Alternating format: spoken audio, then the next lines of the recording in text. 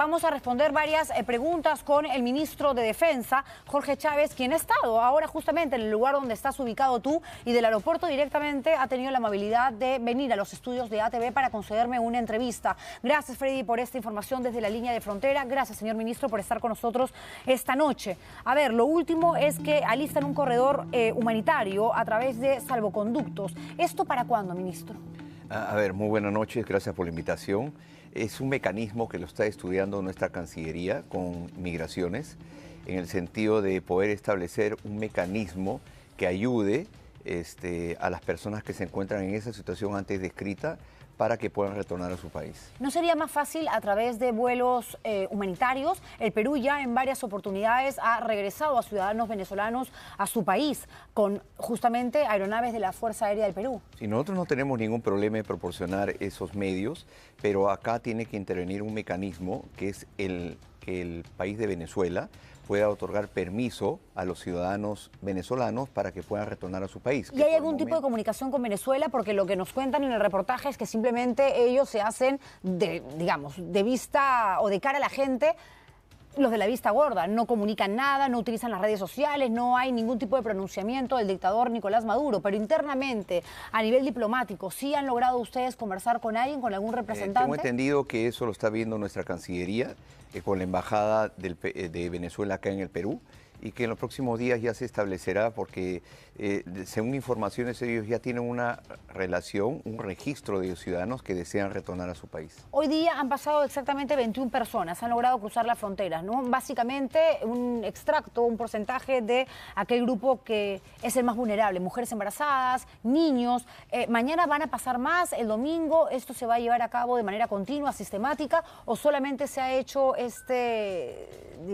evento excepcional por el caos que se ha generado en las últimas horas? Es un mecanismo que establece nuestro sistema de migraciones, que recordemos que depende del Ministerio del Interior y que ellos están estableciendo en el marco de sus competencias y de acuerdo a normas y los procedimientos correspondientes. En ello también está la preocupación del Estado peruano de que cada ciudadano vulnerable pueda contar con la asistencia y que se establezcan los mecanismos para garantizar su seguridad, ¿no? Nosotros conversábamos esta semana, ayer o antes de ayer, no recuerdo bien, con el ex canciller chileno y nos decía, a ver, ese es un problema que tiene que ser no solamente analizado, sino solucionado por Perú y Chile. Pero estamos viendo que Perú es ahora el que tiene, por decirlo de alguna manera, la papa caliente en las manos, porque a Chile no pueden ingresar y el deseo es utilizar la ruta que forma parte del territorio nacional para llegar, ellos dicen, a sus respectivos países, pero no sabemos si de verdad quieren llegar a Colombia, Haití o Venezuela, entendiendo que la razón por la cual han salido justamente es porque es casi imposible subsistir en las condiciones en las que se encuentran esos países. Sí, yo pienso de que, como he dicho anteriormente, que las decisiones y acciones que toma a cargo un país en esta crisis migratoria no es afectar a otro. Por lo tanto, creo que se están estableciendo los mecanismos para llevar a un buen final, en el sentido de que los ciudadanos, con el legítimo derecho que tienen, hablo de los migrantes extranjeros, puedan tener la oportunidad de retornar a sus países. Vuelvo a repetir, un actor muy importante, y creo que lo has expresado, es Venezuela, en el sentido de que pueda autorizar de que sus ciudadanos puedan retornar a su país. ¿Cuántos migrantes hay ahora mismo en la frontera? De acuerdo a lo que yo he podido ver en el momento que yo he estado, estamos hablando de 50. ¿De 50? De 50. ¿Ya no son 200, ya no son 300? No, solamente okay. ¿Y de estos 50, cuántos son venezolanos, colombianos, haitianos? La mayoría, yo diría un 80% son venezolanos en estos momentos, porque ciudadanos haitianos ya ingresaron al país. Hemos visto los reportajes anteriores de una manera no legal. Entonces, por eso que se ha tomado todas las acciones en la frontera para apoyar a nuestra policía y poder controlar aquellos puntos críticos y sensibles en donde se estaban produciendo ese ingreso de manera irregular e ilegal. Acciones como dictar un estado de emergencia, ¿no? Y llevar militares a la zona, que no es lo mismo que militarizar la zona, es lo que usted ha explicado. ¿Cuál es la diferencia? Mire, militarizar la zona significa, ante la eventualidad de un posible conflicto o una acción armada entre ambos países, es lo que podríamos llegar a nosotros militarizar la zona.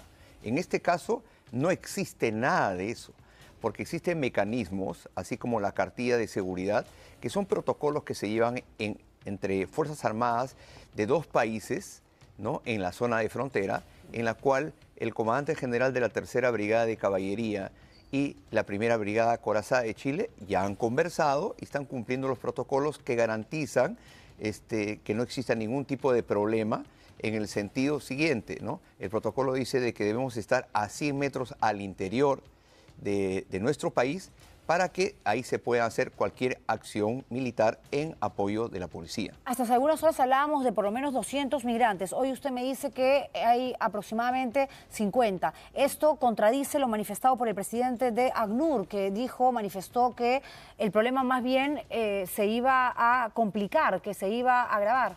Bueno, yo he recibido la información del señor general Hernández y he conversado con el señor ministro de Interior, pero el general Hernández me manifestó que habían 50 personas en este problema actualmente en la frontera entre Chacayuta y Santa Rosa.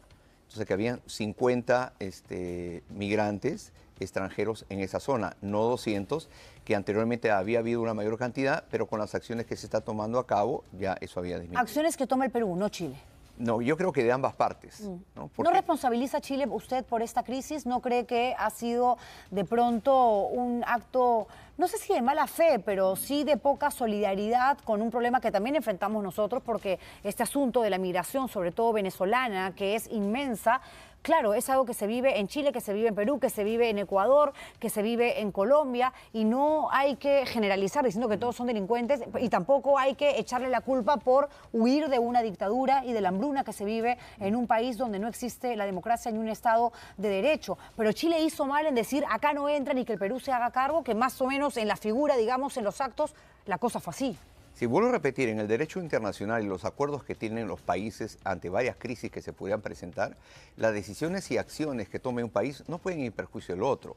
Yo creo que esta es una temática que ya la está viendo nuestra Cancillería con Chile para dar solución a este problema, porque las decisiones de uno pueden afectar al otro. Sin embargo, creo que en el derecho internacional se tiene que solicitar la actuación de países o de un país que es de mucha importancia para que pueda aceptar el retorno de sus ciudadanos. Lográndose eso, se puede establecer corredores humanitarios terrestres o aéreos para evitar este tipo de escenarios o esta crisis. Una pregunta que la gente se hace es ¿cómo funcionan estos corredores humanitarios? Entendemos que van de a pie y se toman varios días hasta llegar a su lugar de origen y sí o sí tienen que pasar por el Perú. ¿Quiénes acompañan este recorrido? ¿Militares, policías peruanos? Mire, nosotros, y eso acompañado con la labor que hacen los organismos internacionales como ACNUR, como Naciones Unidas, en el sentido de poder garantizar la seguridad de esa población hasta su retorno al país. Pero obviamente esto tiene que ser acompañado por miembros de nuestra policía en el recorrido de acuerdo a las acciones que se vayan a tomar. Si es un corredor humanitario aéreo, es más fácil, claro, porque se puede transportar a las personas a su lugar de origen. En cuestión de horas llegan. Exactamente. Entonces, esos son mecanismos que en estos momentos lo está viendo nuestra Cancillería. Pero no debería de haber ya una respuesta, tomando en cuenta que ya han habido enfrentamientos, evidentemente, entre migrantes y las autoridades. No debería de haber ya, no sé si una solución, pero por lo menos una alternativa viable para que esto no se siga dando, porque van a llegar más migrantes a la frontera, evidentemente. Sí, yo creo que se están estableciendo los mecanismos adecuados en el orden diplomático a través de nuestra Cancillería. Esperemos que en los próximos días ya se esté llevando a cabo una solución. También transmitirle de que ha habido un mensaje de Naciones Unidas hace unos momentos, una hora, en el sentido que insta tanto a Perú y Chile en este tema de crisis migratorio conversar, y eso es lo que está haciendo nuestra Cancillería. Pero ¿qué tan fácil es conversar cuando hay un malestar que además se ha formalizado ya a través de un documento por parte de la ministra del Interior chilena luego de las declaraciones que dio el alcalde de Tacna? Que es cierto, a ver, cada uno se responsabiliza no solamente de lo que piensa, sino de lo que ejecuta, de lo que hace. Pero esto ha generado más tensión, de todas maneras, entre ambos y las relaciones bilaterales. ¿Cree usted que eso ya es parte, digamos, de un capítulo que quedará como una anécdota, sí, pues poco simpática, pero que ahora, digamos, hay intención de ambos países, también de Chile, sobre todo de Chile, de aplicar las normas que se requieren para que esto se lleve a cabo de la mejor manera y sobre todo no preocupándose por proteger, resguardar los derechos humanos? Mire, estamos en un sistema democrático que cada autoridad o cada ciudadano es libre de expresarse, ¿no? Entendemos la incomodidad de nuestras autoridades en Tacna, no solamente en Tacna, sino en otras zonas de frontera, por estos hechos que vienen suscitando, pero desde el gobierno y desde el Estado peruano se prefiere establecer los mecanismos que den la solución correspondiente. ¿Y cuáles son esos mecanismos? A través de Cancillería, conservar las formas, no insultar, sino conservar las formas para llegar a una solución que beneficie a todos estos ciudadanos migrantes que están en la zona de frontera. Y mantener las formas también en cuanto a la labor policial y a la labor militar, porque hemos recibido denuncias de que han habido policías que han estado cobrando 40 soles para permitir que migrantes pasen indocumentados, crucen la frontera. Bueno, no tengo esa información, pero de darse el caso se deben iniciar las investigaciones correspondientes, porque el actuar que estamos llevando en la zona de frontera con nuestra Policía Nacional, con el sistema de migraciones, con apoyo de las Fuerzas Armadas, linda en hacer lo correcto en el marco legal correspondiente para controlar y vigilar nuestra frontera. Algo que no se hizo con las protestas durante el gobierno de Dina Boluarte. De hecho, usted ha leído el último informe de Human Rights, ¿no?, que concluye que policías y militares peruanos fueron responsables de las muertes de más de 45 personas en el gobierno actual. Hay 39 personas, lo dice Human Rights, que murieron por herida de bala, accedieron a 34 necropsias que demuestran que les dispararon a matar con heridas en tórax, abdomen, hasta cabeza. Han visto más de 37 horas de video y no se reconoce a un solo manifestante con armas de fuego, entre otras cosas. Entendemos que las responsabilidades penales es algo que forma parte de las indagaciones que ya está haciendo la Fiscalía y el Ministerio Público. ¿Pero quién asume la responsabilidad política? Bueno, con respecto a ese tema, el informe emitido por Human Rights Watch, así como lo ha emitido Amnistía Internacional, así como ha habido pronunciamiento de otras entidades, las cuales... Investigaciones de The New York Times. Claro, los cuales en estas dos organizaciones han sido recibidas desde el Ministerio de Defensa y también desde la Presidencia del Consejo de Ministros, pero como vuelvo a repetir y como tú muy bien lo has dicho, creo que debemos dejar a la autoridad, ¿no?, correspondiente que se pronuncia sobre estos hechos. Presumir o indicar de que uno puede ser juez o parte, que ha hecho su investigación y debe ser resultado, creo que eso corresponde al Ministerio Público. No, totalmente de acuerdo, Entonces, pero en política se tienen que asumir responsabilidades. Y cuando esto sucedió, las primeras muertes, sobre todo, el ministro de Defensa en ese entonces era el hoy presidente del Consejo de Ministros, Alberto Otárola, y no responde por esto. La sensación de la gente es que el gobierno de Dina Boluarte simplemente ha dicho, pasemos la página, que esto se ha visto desde el espectro, desde el espacio de lo legal, del Ministerio Público, Fiscalía, cosa que me parece muy bien, pero políticamente, ¿quién dice? A ver, no habré estado yo en la zona, pero aquí alguien tuvo que dar la orden, tanto a la policía como a los militares. Y hay personas que han muerto, y hay videos que demuestran que se disparó a matar. Ante esos hechos suscitados y narrados, creo que la autoridad, vuelvo a repetir, del Ministerio Público es la que debe de pronunciarse y debe determinar responsabilidades. Cuando hablamos de responsabilidades políticas, inclusive se ha dicho de que ha habido genocidio. Genocidio, en la calificación y tipificación clara, es un plan siniestro, criminal, de eliminar a un grupo humano de personas por el simple hecho de credo, religión, de acuerdo, ideas. Pero matar a una persona que no está atentando contra tu vida, que no está poniéndote en una situación donde obviamente te tienes que defender, porque además es válido, existe la legítima defensa, dispararle porque simplemente crees que es un revoltoso, un manifestante que está generando caos o que va a matar a alguien, eso es un crimen. Vuelvo a repetir, esos hechos y la tipificación individualizada de cada uno de los lamentables fallecimientos de nuestros ciudadanos peruanos lo tiene que llevar a cabo el Ministerio Público.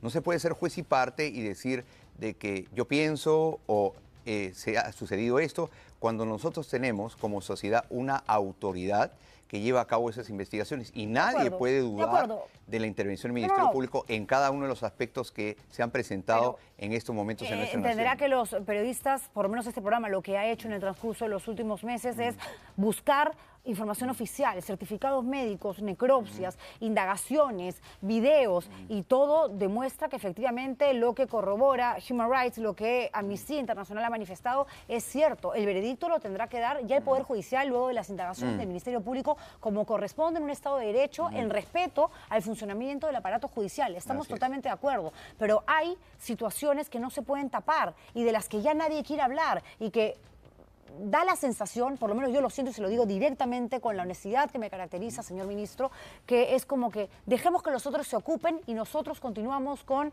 nuestro trabajo como ministros y el premier encima recibe la condecoración de convertirse en mano derecha de la Presidenta de la República cuando en ese momento era ministro de Defensa. De hecho, a usted hay un grupo de parlamentarios que han pedido su censura también por lo que sucedió en Ilave Puno. Bueno, ahí son dos temas diferentes. No, de acuerdo. ¿Y podemos hablar de eso luego de la publicidad? Sí. Sí, muchísimas gracias. Regreso con el ministro de Defensa, Jorge Chávez, conversando aquí en el programa sobre lo que está sucediendo en la frontera y sobre lo que ha pasado también en los últimos meses en nuestro país. Regresamos en instantes, no se muevan. El ministro de Defensa nos decía que para que se lleven a cabo los vuelos humanitarios, que sí, el Perú está dispuesto a concretar este plan porque hay aeronaves militares de la Fuerza Aérea, la Marina también tiene aviones, se puede hacer, necesitan la autorización del país que recibe, que obviamente recepciona, en este caso Venezuela, y con Venezuela casi no se puede hablar. La pregunta es, ¿qué sucede si no todos se pueden trasladar a través de un corredor humanitario vía terrestre y Venezuela no responde, tomando en cuenta que la mayoría de migrantes que ahora mismo está en esta línea de conflicto, de crisis, y los que van a seguir llegando, son de nacionalidad venezolana? Sí, yo tengo mucha fe en el sentido del trabajo que está haciendo nuestra Cancillería para lograr que Venezuela, a través de los mecanismos internacionales correspondientes, llegue a aceptar el retorno de sus ciudadanos. Creo que hay un programa establecido por Venezuela de vuelta a la patria, ¿no es cierto? Entonces, en ese devenir y en ese mecanismo está trabajando nuestra Cancillería para lograr justamente el retorno justo de sus ciudadanos a su país de origen. Pero usted menciona algo, ¿no? Dice, en Venezuela hay un plan para que los ciudadanos de este país puedan regresar, y de esto ha hablado Maduro incluso en su programa de televisión, pero de lo que está pasando ahora en la frontera con Chile no ha dicho absolutamente nada. Es un silencio sepulcral en Venezuela con relación a este tema. Usted me dice que es un caso que ya se maneja entre cancillerías, ¿no? Es un absoluto tema diplomático, pero algo tiene que saber. ¿Hay algún tipo de ingreso, de un ápice de conversación, una ventana que se abre en Venezuela para ver este tema?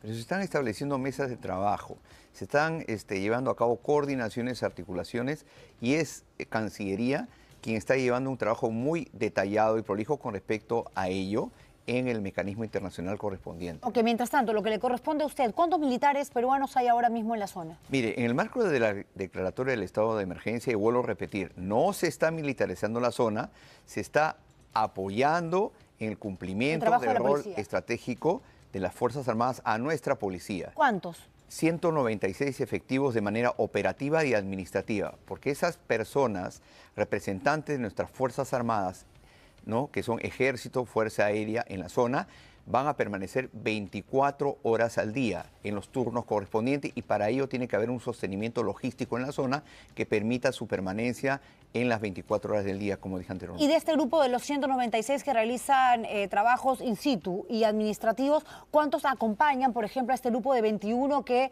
ya logró pasar la frontera?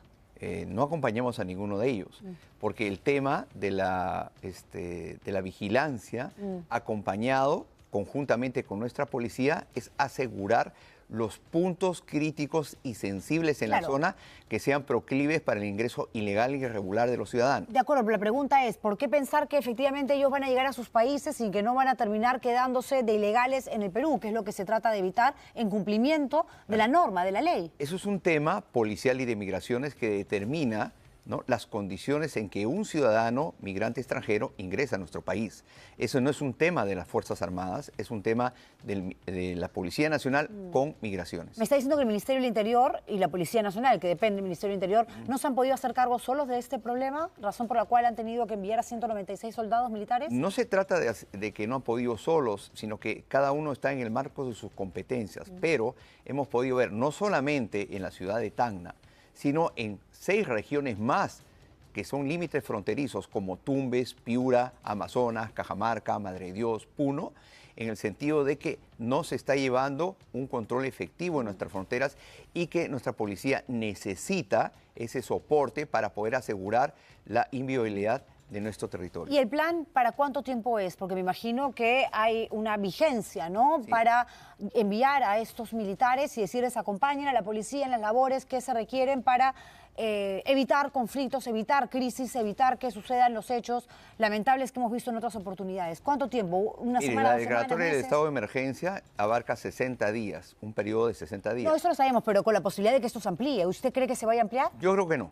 Ah, no. Yo creo que no. Ok. Yo creo que se va a dar solución a ese problema antes de ese periodo de tiempo. Sin embargo, lo que nosotros también tenemos que considerar es de que recibido este misionamiento por parte de la declaratoria del estado de emergencia hacia el Comando Conjunto de las Fuerzas Armadas, en menos de 24 horas hemos podido ver el despliegue de nuestras fuerzas en apoyo a la policía, justamente para cumplir la misión encomendada. Lo escucho y digo, caramba, el ministro de Defensa tiene claro que la zona no está militarizada, que los militares están acompañando, que hay un respeto por los derechos humanos, que poco a poco la población más vulnerable está logrando, pasar las fronteras, están a través de Cancillería buscando la forma de que los países recepcionen a sus ciudadanos para que no se queden en el Perú, evidentemente, estando indocumentados y porque además ya no nos podemos hacer cargo de más extranjeros, menos sin documentos. Ya hay más de 1.100.000 venezolanos solamente en territorio nacional, 1 millón en Chile, pero la pregunta que creo que cae por sí sola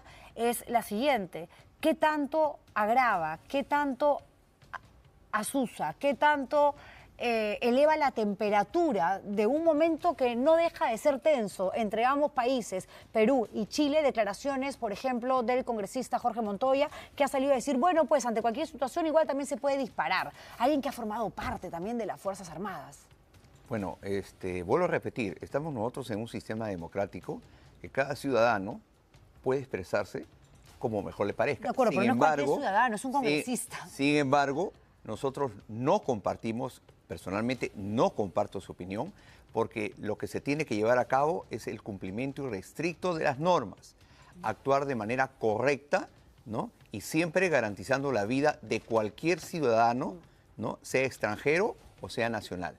Entonces, en ese sentido nosotros estamos actuando, porque este es un trabajo articulado y conjunto desde el gobierno con Cancillería, Ministerio del Interior y Ministerio de Defensa. Una última pregunta que quedó pendiente y me queda tan solo 1 minuto y 13 de programa. El Congreso está buscando, a través de un grupo, la manera de censurarlo, ¿no? Por los 6 muertos en el llave Puno en el mes de marzo.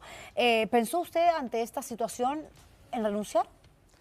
Como lo he dicho y he expresado, no renunciar sería un acto de cobardía, de renunciar a todos los encargos y las funciones que tengo que llevar a cabo, no solamente en el frente de la crisis migratoria, sino en las atenciones de en las emergencias y garantizar el control del orden interno en la región de Puno. Creo que son 3 frentes que exigen la más grande responsabilidad y demostrar las capacidades profesionales, no solamente del representante del Ministerio de Defensa, sino de todo el conjunto de actores que componen el sector defensa. Me quedaría rato más haciéndole otras preguntas. Otárola lo ha respaldado. ¿Qué le ha dicho la Presidenta de la República al respecto? Bueno, en ese sentido yo veo que es un tema que ha estado en boga hace bastante tiempo. Creo que mi interpelación fue hace 4 semanas. Todos nuestros esfuerzos están enfocados en llevar a cabo las tareas encomendadas. Sin embargo, vuelvo a repetir, es un mecanismo que lo tiene el Congreso de la República. Pero es raro, ¿no? Además, grupos parlamentarios que tienen que ver con justamente este porcentaje de parlamentarios que apoya al gobierno de Dina Boluarte, que usted pertenece, esta vez a Renovación Popular, no es necesariamente la gente de izquierda o de Perú Libre. En fin, muchísimas gracias, ministro Jorge Chávez, por haber estado con nosotros, porque además entendemos que tomó un vuelo, ¿no? Y vino rápidamente para cumplir con lo que nos había prometido, poder conversar de un tema tan importante. Es parte de nuestro trabajo para proteger y servir a nuestro país. Dígale eso a Alberto Otárola y a la Presidenta de la República y a otros ministros también que huyen de este programa. No quieren saber nada de mí, por favor. Muchas gracias. Gracias por haber venido. Gracias a ustedes por elegirnos, por vernos todas las noches.